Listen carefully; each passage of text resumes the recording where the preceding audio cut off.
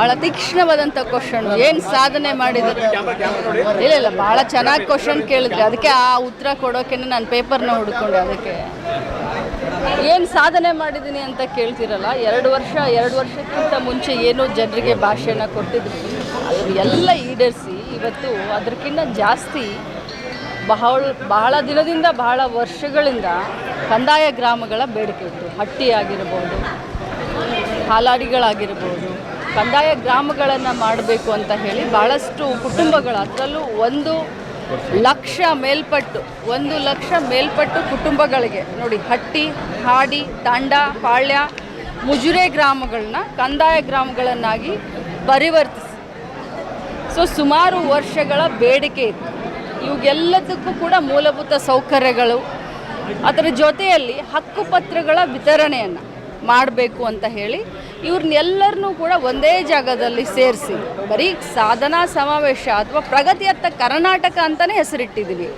ಬರೀ ಕಾರ್ಯಕ್ರಮಕ್ಕೆ ಅವ್ರನ್ನ ಕರ್ಕೊಂಡು ಬರೋದಲ್ಲ, ಅವತ್ತು ಆ ಹಕ್ಕುಪತ್ರಗಳನ್ನು ಅವ್ರ ಕೈಯಲ್ಲಿ ಕೊಟ್ಟು ಅವರನ್ನು ಕಾರ್ಯಕ್ರಮಕ್ಕೆ ಕರ್ಕೊಂಡು ಬರುವಂಥ ವ್ಯವಸ್ಥೆಯನ್ನು ಜಿಲ್ಲಾಡಳಿತಗಳು ಇಡೀ ರಾಜ್ಯದಲ್ಲಿ ಎಲ್ಲೆಲ್ಲಿ ನಾವು ಮಾಡ್ತಾಯಿದ್ದೀವಿ ಅಲ್ಲೆಲ್ಲಿ ಮಾಡ್ತಾಯಿದ್ದೀವಿ.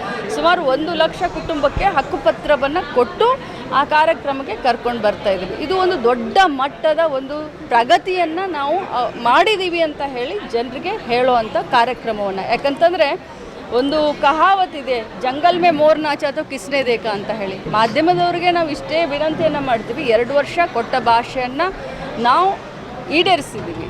ಏನೇನೆಲ್ಲ ಭಾಷೆಯನ್ನು ಕೊಟ್ಟಿದ್ವಿ ಆ ಎಲ್ಲ ಭಾಷೆಯನ್ನು ಈಡೇರಿಸಿ ಇವತ್ತು ನಾವು ಸಾಧನೆ ಸಮಾವೇಶ ಅಂತ ಅಲ್ಲ, ಪ್ರಗತಿಯತ್ತ ಕರ್ನಾಟಕ ಅನ್ನುವಂಥ ಒಂದು ನೇಮನ್ನು ಇಟ್ಕೊಂಡು, ಹೆಸರನ್ನು ಇಟ್ಕೊಂಡು ನಾವು ಕಾರ್ಯಕ್ರಮವನ್ನು ಮಾಡ್ತಾಯಿದ್ದೀವಿ.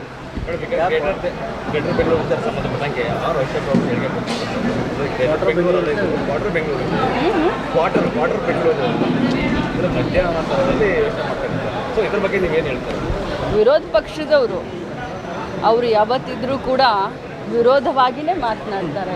ಅವರ ಕಮಾಲೆ ಕಣ್ಣು. ಈಗ ಕಮಾಲೆ ಕಣ್ಣಿಗೆ ಗ್ರೇಟರ್ ಅನ್ನುವಂಥ ವರ್ಡು, ಕ್ವಾರ್ಟರ್ ಅನ್ನುವಂಥ ವರ್ಡು, ಅದಕ್ಕೆ ವ್ಯತ್ಯಾಸ ಬೇಕು. ಬುದ್ಧಿವಂತರು ಅಶೋಕನ್ನ ಅಂತ ತಿಳ್ಕೊಂಡಿದ್ದೆ, ಇಷ್ಟು ಮಾತ್ರ ಹೇಳ್ಬೋದು.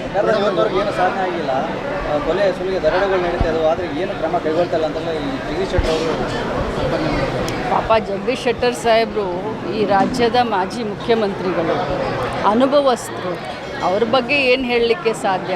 ಮುಖ್ಯಮಂತ್ರಿಗಳಾಗಿ ಆಮೇಲೆ ಮಂತ್ರಿಮಂಡಲದಲ್ಲಿ ಮಂತ್ರಿ ಆದಂಥವ್ರು, ಅವ್ರ ಬಗ್ಗೆ ಏನು ಹೇಳಲಿಕ್ಕೆ ಸಾಧ್ಯ ಇಲ್ಲ.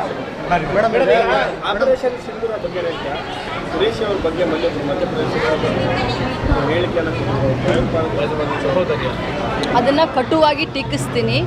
ಇಂಥ ಒಂದು ಮನಸ್ಮೃತಿ ಇರುವಂಥ ಇಂಥ ಒಂದು ಗಂಡಸರಿಗೆ, ಇಂಥ ಒಂದು ರಾಜಕಾರಣಿಗಳಿಗೆ ಧಿಕ್ಕಾರ ಅಂತ ಹೇಳಲಿಕ್ಕೆ ಬಯಸ್ತೀನಿ.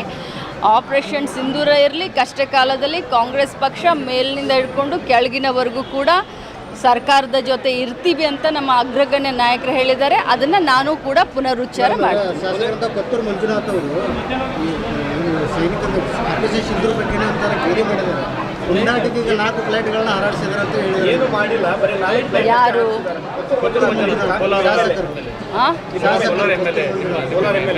ನೋಡಿ, ನಾನು ಒಂದೇ ಮಾತನ್ನು ಹೇಳ್ತೀನಿ, ಅದನ್ನು ಅವ್ರ ಹತ್ರ ನೀವು ಯಾಕೆ ಆ ರೀತಿ ಮಾತಾಡಿದೆ, ಯಾಕಂದರೆ ನಾನು ಅದನ್ನು ನೋಡಲ್ಲ, ನಾನು ಅದಕ್ಕೆ ಏನೂ ರಿಯಾಕ್ಟ್ ಮಾಡಲ್ಲ. ಬಟ್ ಒಂದು ಮಾತನ್ನು ಹೇಳ್ತೀನಿ, ನಾನು ಯಾರೇ ಆಗಲಿ, ನಾನು ಒಂದು ಮಾತು ಹೇಳ್ತಾ ಇದ್ದೀನಿ, ಯಾರೇ ಆಗಲಿ ದೇಶ ಅಂತ ಬಂದಾಗ ನಾವೆಲ್ಲರೂ ಒಂದೇ. ಇಷ್ಟೇ ನಾನು ಹೇಳಲಿಕ್ಕೆ ಬಯಸ್ತೇನೆ. ನಾವೆಲ್ಲರೂ ಒಂದೇ ಮಾತಿನಿಂದ ಎದುರಿಸಬೇಕು ಅಂತ ಇಷ್ಟೇ ಹೇಳ್ತೀನಿ. ಇದರಲ್ಲಿ 2 ಮಾತೇ ಇಲ್ಲ. ಏನು ರಾಹುಲ್ ಗಾಂಧಿಯವರು ಏನು ಹೇಳಿದ್ದಾರೆ ಅದನ್ನಷ್ಟೇ ನಾವು ಪಾಲಿಸ್ತೀವಿ. Thank you.